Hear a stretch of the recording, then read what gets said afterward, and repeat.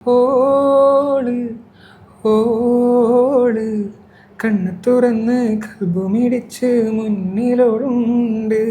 ഇതിൻ്റെ അടുത്ത് ചെന്നൈ പോയി റെക്കോർഡ് ചെയ്ത പുള്ളിക്ക് ആക്ച്വലി മലയാളം അറിയാത്തതുകൊണ്ട് എൻ്റെ പ്രൊനൗൺസിയേഷൻ മാത്രമേ കുറച്ച് സമയം എടുത്ത്. നമ്മൾ എന്ത് മെലഡി പാടിക്കൊടുത്താലും അതേപോലെ പുള്ളി തിരിച്ച് പാടിത്തരും. അത് ഭയങ്കര നല്ല എക്സ്പീരിയൻസാണ്. അങ്ങനത്തെ സിംഗേഴ്സിനെ വെച്ച് വർക്ക് ചെയ്യാൻ ഭയങ്കര രസമാണ്. ലിറ്ററേച്ചി പാടുമ്പോൾ ഇങ്ങനെ എന്നെ നോക്കി ഇരിക്കും.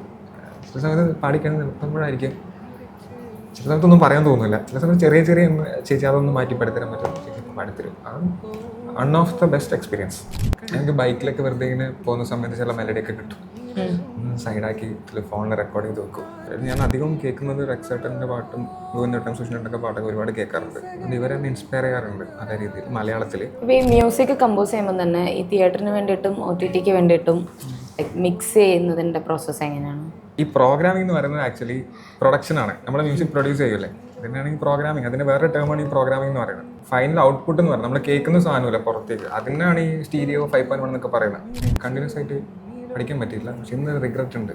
അന്ന് സീരിയസ് ആയിട്ട് പഠിക്കാറൊന്നും എന്ന് തോന്നാറുണ്ട്. എന്ന് വെച്ചാൽ ചില ആൾക്കാർ കർണാട്ടിക് സാധനങ്ങളൊക്കെ പാടുന്ന കാണുമ്പോൾ പുതിയാവും. ഇന്ന് എല്ലാ സാധനങ്ങളും എല്ലാ ഇൻസ്ട്രുമെൻറ്റും കീബോർഡിൽ റെക്കോർഡ് ചെയ്ത് ചെയ്യാൻ പറ്റും, പക്ഷെ അതിനൊരു ഇലക്ട്രോണിക് ഫീൽ തന്നെ ആയിരിക്കും എപ്പോഴും ഉണ്ടാവും. ഞാൻ പറഞ്ഞ സിന്ത് സൗണ്ടിനെ പറ്റിയല്ല, ഗിറ്റാർ ആയാലും വേറെ എന്തെങ്കിലും എത്തനിക് ഇൻസ്ട്രുമെൻ്റ് ആയാലും ഇതൊക്കെ നമുക്ക് കീബോർഡിൽ പ്ലേ ചെയ്തിടാൻ പറ്റും. വേനൽ വെയിൽ കൊണ്ടുപോ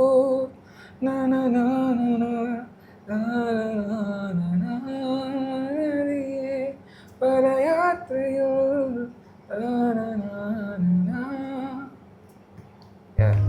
ലിറിക്സ് ആക്ച്വലി